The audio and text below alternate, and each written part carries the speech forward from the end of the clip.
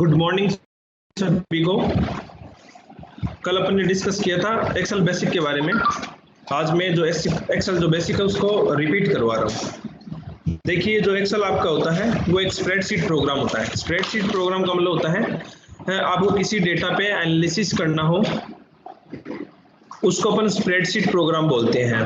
किसी डेटा पे एनालिसिस करने के लिए अपन स्प्रेडशीट प्रोग्राम का यूज करते हैं।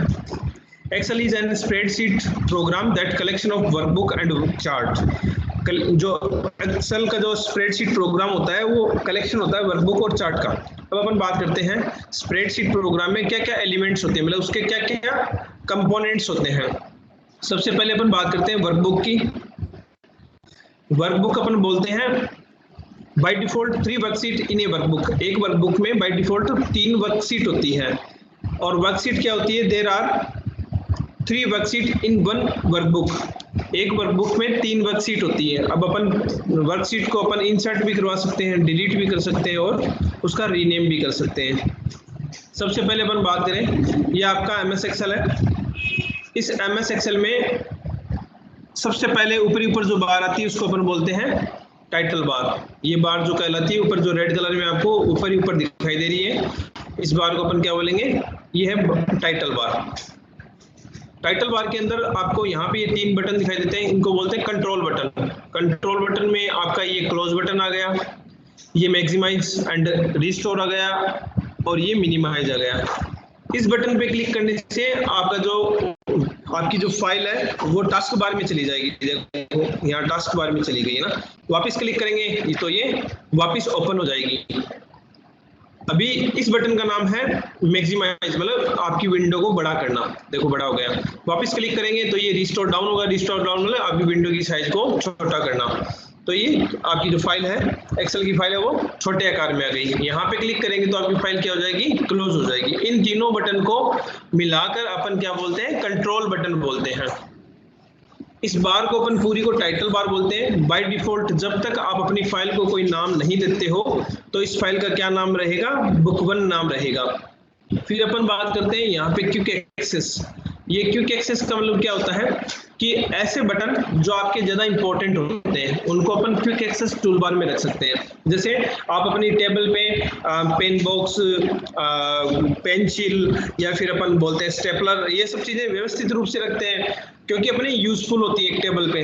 तो वैसे ही आपको अपने एमएस एक्सेल में कोई कमांड ऐसा है जो आपकी बार बार ज्यादा यूजफुल है या ज्यादा यूज आता है तो अपन उसको क्विक एक्सेस में रखते हैं।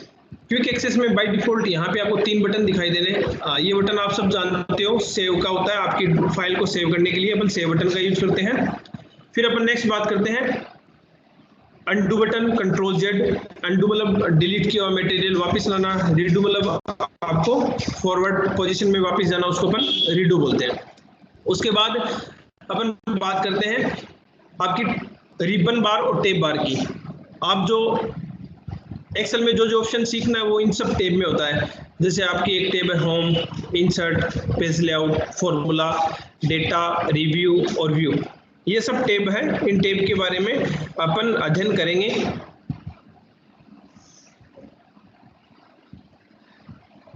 फिर नेक्स्ट अपन बात करते हैं, ये फॉर्मूला बार है। एक्सेल में जो भी काम होता है वो फॉर्मूला के माध्यम से होता है। तो अपन जो भी फॉर्मूला टाइप करेंगे वो फॉर्मूला बार के अंदर करेंगे। उसके बाद अपना ये आता है नेम बॉक्स। ये आपका नेम बॉक्स है। आपको जैसे बताया था कि नेम बॉक्स जो होता है वो कॉलम और रो से मिलकर बना होता है। ये आपका नेम बॉक्स है। उसके बाद आपको ये जो टेबल दिखाई दे रही है इसको अपन बोलते हैं सीट। आपके एक्सेल में सीट बाय डिफॉल्ट एक वर्कबुक में सीट 3 होती है। सीट 1 नीचे की तरफ देखो आप स्टेटस बार में, सीट 1, सीट 2 एंड सीट 3। आपको और सीट लाना है तो इसकी शॉर्टकट की आपको मैंने बताई थी, जैसे सीट प्लस F11। आप शिफ्ट के साथ F11 प्रेस करोगे तो सीट और आ जाएगी। देखो सीट 4 आ गई, 5, 6, 7, ठीक है। ऐसे सीट ला सकते हो। आपको सीट डिलीट करना है तो आप राइट बटन दबाओगे और यहाँ से सीट डिलीट कर सकते हो। Delete seat, delete seat. Mouse का राइट बटन दबाने पे आपके पास ये पॉपअप ओपन होगा, यहाँ से आप सीट को डिलीट कर सकते हो। There are 3 worksheet in a 1 workbook. एक वर्कबुक में 3 वर्कशीट होती है आपकी। यहाँ से आप इंसर्ट करवा सकते हो, आपको बता ही दिया मैंने। आप अपनी सीट का नाम चेंज करना चाहते हो तो सीट 1 है, इसका नाम जैसे रीनेम करना है आपको, रीनेम कर दिया आपने, और इसको आपने जो भी नाम देना चाहते हो वो आप नाम दे सकते हो। जैसे मान लो आप एम्प्लॉय की डिटेल है,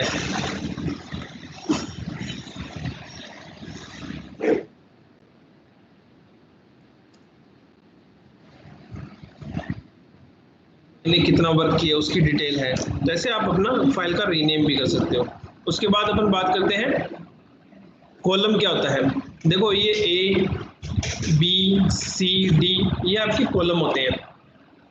लास्ट कॉलम आपका आता है एक्स एफ डी तक। आप कंट्रोल के साथ एरो की राइट दबाओगे तो आप लास्ट कॉलम पे पहुंच जाओगे। मैंने कीबोर्ड का कंट्रोल बटन दबाया और एरो की राइट प्रेस की है तो आप कहां चले जाओगे, लास्ट कॉलम पे चले जाओगे। लास्ट कॉलम आपका कौन सा है, एक्स एफ डी। आप एक्स एफ डी तक आ गए तो ये आपका लास्ट कॉलम है। फिर अपन बात करते हैं आपके ए बी सी आपके कॉलम है, आपको पता लग ही गया। आपकी जो ये 1 2 3 4 ये इनको अपन क्या बोलते हैं, रो बोलते हैं। आपकी टोटल रो क्या कितनी होती है, कंट्रोल के साथ एरो की आप डाउन प्रेस करोगे तो अपन क्या करेंगे, कहाँ चले जाएंगे, लास्ट रो पे चले जाएंगे। आपकी लास्ट रो है 10,48,576, 10,48,576 आपकी रो होती है, और 16,384 जिसको अपन बोलते हैं एक्स एफ डी वो आपके कॉलम होते हैं। तो इस टाइप से अपन रो और कॉलम के बारे में आज सीखा। अब अपना बारी है सेल के बारे में। सेल क्या होता है, जहां रो और कॉलम एक दूसरे को लाइन एक दूसरे को काटती है उसको अपन सेल बोलते हैं। जहां पे आप कोई डेटा एंटर करते हो उसको अपन क्या बोलेंगे, सेल बोलेंगे। जैसे मैंने यहाँ पे 10 लिखा, 20 लिखा, 40 लिखा, 50 लिखा, 60 लिखा, 70 लिखा, 80 90 100, ये आपकी क्या है, जहां पे आपने कोई डेटा एंटर किया है उसको अपन सेल बोलते हैं ना। की कुछ पोजीशन होती है, आप सेल के अंदर, एक मिनट आप मेरे को बाद में आपसे क्वेश्चन पुटअप करूंगा मैं, अभी आप सुनते रहो ना। सेल के अंदर अपन यदि कोई नंबर वैल्यू एंटर करते हैं तो वो आपको सेल के अंदर राइट साइड में दिखाई देती है। जैसे ये आपने 20 लिखा है तो वो आपको सेल में किस साइड में दिखाई दे रहा है, राइट साइड के अंदर दिखाई दे रहा है। जबकि आप कोई अल्फाबेट कोई टेक्स्ट लिखते हो तो वो आपको किस साइड में दिखाई देता है, सेल के लेफ्ट साइड में दिखाई देता है। तो आप याद रखना, आप कोई नंबर वैल्यू डालते हो तो वो राइट साइड में जाएगी, और आप कोई टेक्स्ट वैल्यू डालते हो तो वो आपकी लेफ्ट साइड में जाएगी। तो आप पोजीशन ध्यान रखना। फिर अपन बात करते हैं नेक्स्ट। जैसे मान लीजिए मैंने इसमें सेल के अंदर मैंने कोई कॉन्टेक्ट नंबर दिया 76890, के नंबर दिए, अभी प्रॉपर दिखाई दे रहा है आपको, कोई दिक्कत नहीं है ना। जैसे मान लो मैंने स्टार्टिंग में 91 और लगा दिए इसके, तो आपको क्या होगा, ये +11 दिखाई दे रहा है ना। मतलब आपकी सेल की जो वैल्यू है वो फॉर्मूला बार में तो प्रॉपर दिखाई दे रही है पर आपकी इस कंटेंट्स में दिखाई नहीं दे रही। मेरा कहने मतलब ये होता है कि आप जब कभी कोई एम्प्लॉई आईडी या आधार नंबर या कोई आपकी इंश्योरेंस पॉलिसी का नंबर आप डालते हो तो वो आपको प्रॉपर वे में नहीं दिखाई देगा। जैसे मैंने, आप सबको पता है आधार नंबर जो होता है वो 12 डिजिट का होता है, मैंने 12 डिजिट डाला इसके अंदर, देखो ये प्रॉपर नहीं दिखाई दे रहा। आप कभी मान लो इसके अंदर आधार नंबर डाल रहे हो, आधार नंबर मेंटेन कर रहे हो तो आपको फॉर्मूला बार में तो प्रॉपर दिखाई देगा बट आपके सेल के अंदर प्रॉपर नहीं दिखाई देगा। तो ऐसी जो वैल्यू जिन पे अपने को कोई भी कैलकुलेशन नहीं करवानी होती है उसको अपन एज ए टेक्स्ट मानते हैं, और टेक्स्ट करने के लिए अपन क्या करेंगे, यहाँ पे अपोस्ट्रोफ लगा देंगे ना, मतलब एक कोमा लगा देंगे तो ये एज ए टेक्स्ट क्रिएट होगा। कैसे क्रिएट होगा, टेक्स्ट, मतलब जिसपे अपने को कोई कैलकुलेशन नहीं करवाना होता है उसको अपन टेक्स्ट बना देते हैं। टेक्स्ट बनाने के लिए अपन क्या करते हैं, बड़ी जो वैल्यू होती है उसको अपोस्ट्रोफ लगा देते हैं। जैसे आपको कोई इंश्योरेंस पॉलिसी का नंबर डालना हो, बहुत लंबा होता है ना, या कोई भी आपको नंबर डालना हो तो अपन क्या करते हैं, उसको अपोस्ट्रोफ बना देते हैं यदि आपको सेल के अंदर प्रॉपर दिखाई नहीं देता है तो। नेक्स्ट अपन बात करते हैं जैसे ये 5 है नंबर वैल्यू, आप सबको पता है ना, जबकि अपन ने इसे इक्वल का निशान और इन्वर्टेड कोमा में 5 कर दिया, तो ये आपका टेक्स्ट वैल्यू है ना। टेक्स्ट वैल्यू का मतलब मेरा ये है कि आप जब भी इस पे कोई कैलकुलेशन कराओगे तो कंप्यूटर इसको एज ए टेक्स्ट ट्रीट करेगा। आपका जो एक्सेल है उसको एज ए टेक्स्ट ट्रीट करेगा। अपन आगे समझेंगे कि कैसे करेगा वो ना। आप ध्यान रखना, जो वैल्यू बाय डिफॉल्ट आप एंटर करते हो राइट साइड में दिखाई देती है बाय डिफॉल्ट, वो नंबर वैल्यू होती है। जो वैल्यू आप एंटर करते हो और बाय डिफॉल्ट आपको लेफ्ट साइड में दिखाई देती है, वो टेक्स्ट वैल्यू होती है, टेक्स्ट वैल्यू होती है आपकी। अब अपन बात करते हैं नेक्स्ट, आपको सेल के अंदर कौन सी वैल्यू कैसे डालनी है वो पता लग गया। सेल का कुछ बिहेवियर होता है, मैं आपको बिहेवियर बता देता हूँ। जैसे मैंने यहाँ पे लिखा 6/23, तो 6/23 लिखने पर वो क्या कर रहा है, इसको डिवाइड कर रहा है, भाग दे रहा है, आपके पास आ रहा है। ये ऐसे समझाओ, मैंने 5/2 किया है यहाँ पे, तो 2.5 आ रहा है। मैंने क्या लगाया था, इक्वल लगाया था, इक्वल लगा के 5/2 किया मैंने, तो यहाँ पे 2 का भाग लग गया 5 में। जबकि मैं विदाउट इक्वल के 5/2 लिखूंगा तो ये इसको डेट ट्रीट करेगा। एक्सेल आपका इसको क्या समझेगा, डेट समझेगा कि 5 फरवरी टाइप कर रहा है ये। जैसे मैंने 23/6 लिखा, तो आज 23 जून है, तो 23 जून आ गई है ना। मैं लिखा 22/6, तो ये 22 जून समझेगा इसको। पर मैं 22 इक्वल लगा के करूंगा तो वो उसको एज ए मैथमेटिक कैलकुलेशन मानेगा और इसमें डिवाइडेशन कर देगा। तो ये एक फर्क होता है सेल के बिहेवियर में कि कब आपकी सेल है किस वैल्यू को डेट समझती है, किस वैल्यू को नंबर समझती है, किस वैल्यू को टेक्स्ट समझती है। एंड देन अपन बात करते हैं सेल एड्रेस की। देखो कंप्यूटर में अपन एक्सेल के अंदर जो भी काम करेंगे वो सेल एड्रेस पे होता है। सेल एड्रेस आपका होता है, सेल एड्रेस पहले कॉलम का नाम आता है और उसके बाद रो का नेम आता है। जैसे मैं आपसे बताऊं, आपको कहूं कि ये आपसे ये 65 कहाँ लिखा हुआ है, तो आप सबको पता है कि ये J नंबर कॉलम पे और 4 नंबर रो पे लिखा हुआ है, तो इसका नाम क्या हो गया। आपसे कोई पूछ ले 65 कहाँ है, तो आप क्या बताओगे, J4 पे है। J4 is the address of 65। 65 का एड्रेस क्या हो गया, J4। मतलब जहां पे आपको हाईलाइट दिखा रहा है, जो कॉलम आपको हाईलाइट दिखा रहा है, जैसे ये हाईलाइट हो गया, 4 यहाँ पे हाईलाइट हो गया, ये आपका सेल एड्रेस है। तो आपको सेल एड्रेस आई थिंक समझ में आ गया होगा। जैसे आपसे पूछ ले ये 100 का सेल एड्रेस क्या है, तो आप सभी को पता है 8N है, यहाँ पे लाइट है, यहाँ पे लाइट है, मतलब हाईलाइट है ये। और आप नेम बॉक्स में भी देख सकते हो, इस नेम बॉक्स में इसका नाम 8N दिखा रहा है, तो 8N is the address of 100। अभी ये मान लो कि ये एड्रेस होता है क्या, आप समझना मेरी बात। चलो आप सबको मैंने बताया कि 65 का एड्रेस क्या है, इस 65 का J4।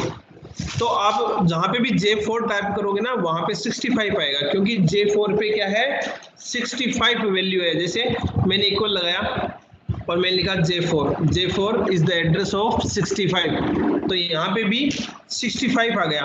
अब इस 65 का एड्रेस क्या है, M4, क्योंकि M कॉलम हो गया और 4 नंबर रो गई, तो इस 65 का M4 कंटेंट 65, M4 जो है सेल उसके अंदर 65 कंटेंट है। या फिर अपन ये बोल सकते हैं M4 में J4 है। देखो M4 अभी मैंने यहाँ पे क्लिक कर रखा है, यहाँ पे फॉर्मूला बार में आपको 65 नहीं दिखा रहा, आपको क्या दिखा रहा है, J4। M4 में क्या है, J4, और J4 पे क्या है, J4 पे 65 है। देखो यहाँ पे क्या दिखा रहा है, 65 दिखा रहा है। तो इस टाइप से आपका सेल एड्रेस होता है। मैं एक बार आप दोबारा रिपीट कर देता हूँ।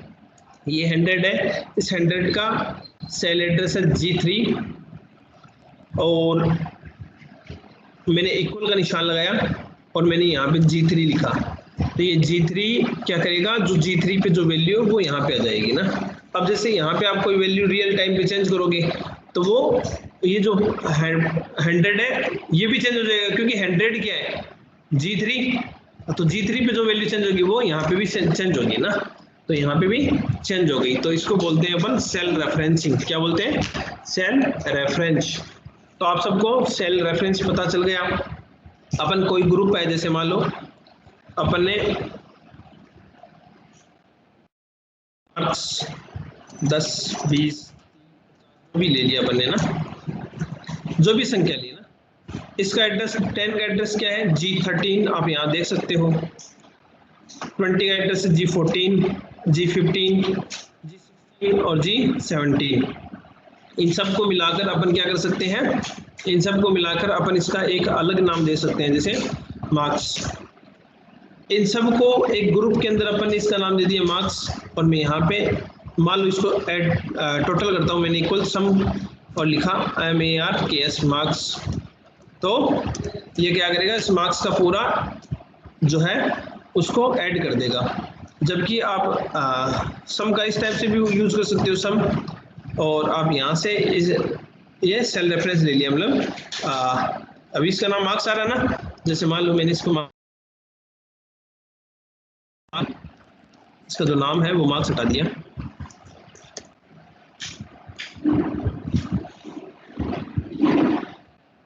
चलो यहाँ पे ले लेते हैं दूसरे में, क्योंकि अपन इसका टोटल करते हैं तो इक्वल लगाया अपन ने सम फॉर्मूला। ये फॉर्मूला बाद में सिखा दूंगा मैं आपको, अभी तो बस एक एग्जांपल के रूप में बता रहा हूँ।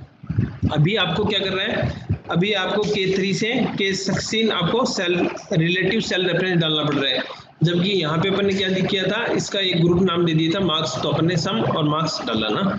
तो इस टाइप से अपन सेल के अंदर वर्क करते हैं। अब अपन बात करते हैं सेल के अंदर वर्क करते समय आपको क्या क्या बातों को ध्यान रखना चाहिए।